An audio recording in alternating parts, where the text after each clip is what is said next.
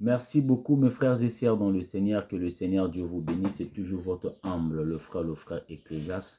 Donc je reviens encore une fois de plus au moins de cette émission, dire un grand shalom à l'épouse dans le monde entier, un grand shalom aux enfants de Dieu partout dans le monde entier, un grand shalom à mes frères et sœurs dans le monde entier. Donc, même ceux que nous disons que ce sont des païens, moi, je n'ai jamais eu cette conception de dire qu'une personne qui ne prie pas, c'est un païen. Et ça, c'est ce qu'on nous enseignait, mais nous prêchons la parole de Dieu, car la parole de Dieu est la vérité. Et Dieu est la vérité. Donc, c'est ce que nous enseignons. Et nous enseignons que tout le monde sont nos amis, nos frères. Ce sont nos frères. Quand les païens ouvrent leur société, ils nous appellent de chrétiens pour venir travailler. Et quand les chrétiens aussi ouvrent leur société, ils appellent aussi les musulmans, les païens, les chrétiens pour venir travailler. Donc, rien que pour ça, ça montre que nous sommes une seule personne, nous sommes nés d'un seul père et d'une seule mère. Alors, les divisions là, ce sont des religions qui nous ont créé des divisions. Celui-là est musulman, celui-là est chrétien, celui-là est bouddhiste, celui-là est kimbangiste. Mais Dieu n'est pas dans la religion.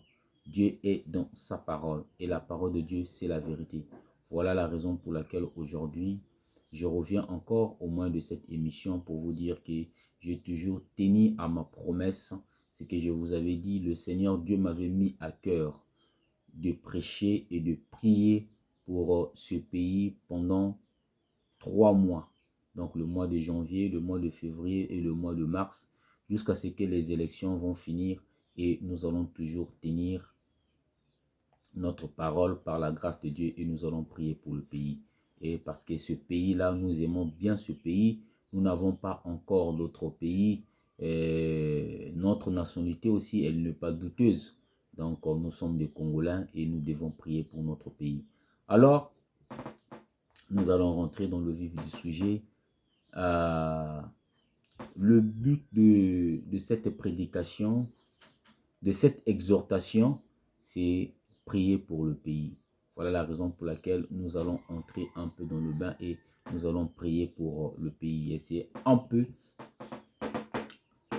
apporter et laisser ce pays entre les mains de Dieu. Si beaucoup de gens n'ont pas eu cette volonté, mais j'espère que par la grâce de Dieu, Dieu m'a mis à cœur de prier pour ce pays. Et je pense que Dieu écoutera la prière et les élections vont se passer dans la paix et dans la tranquillité et tout ça. Et c'est le devoir de tout un citoyen. J'attire aussi l'attention des églises qui interdisent au moins à leurs fidèles d'aller voter. C'est pas d'abord normal. Je pense que c'est depuis la nuit des temps. Ça a été toujours comme ça. Et voter, c'est le droit de tout un citoyen. Que vous soyez chrétien, que vous soyez païen, vous avez le droit. On vote pour un changement. Alors les Congolais doivent se mobiliser pour aller voter. Voter librement. Que personne ne vous dise votez un tel, votez un tel. Non.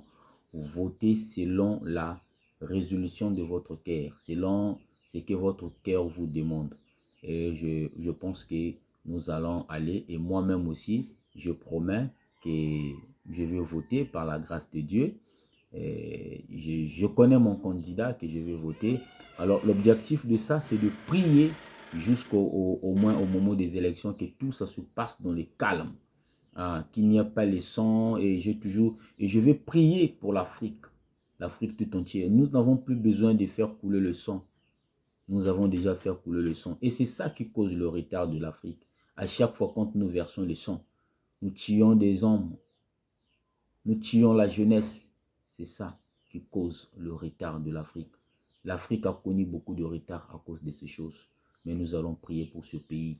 Nous allons essayer un peu apporter un plus pour ce pays. Que le Seigneur Dieu nous aide. Alors dans l'ancien temps, les hommes de Dieu, les politiciens, les rois venaient consulter des serviteurs de Dieu. Quand eux, ils avaient des problèmes.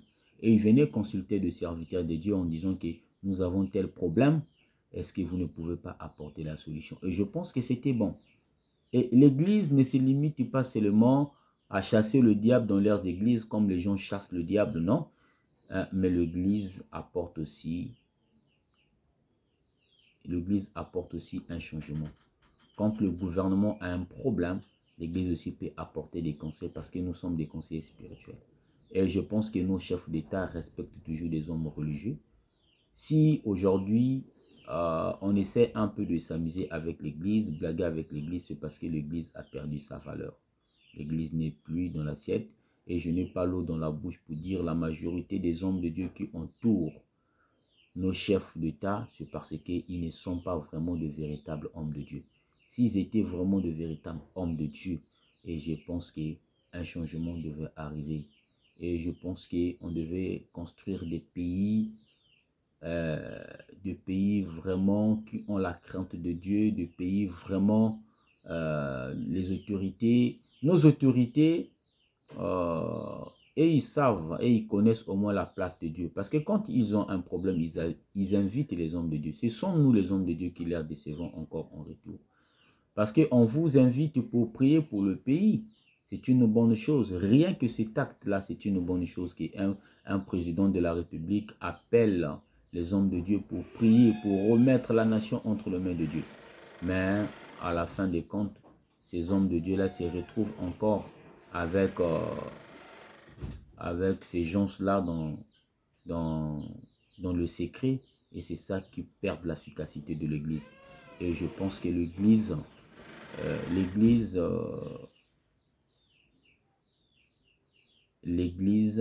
ne peut pas entrer dans ces choses et l'Église, c'est les appeler à sortir. Quand on vous appelle pour aller prier pour le pays, priez pour le pays. Voilà la raison pour laquelle la chose qui m'a animé et nous allons parler, prier pour notre pays. Alors, dans l'ancien temps, quand les hommes de Dieu, ils avaient des problèmes,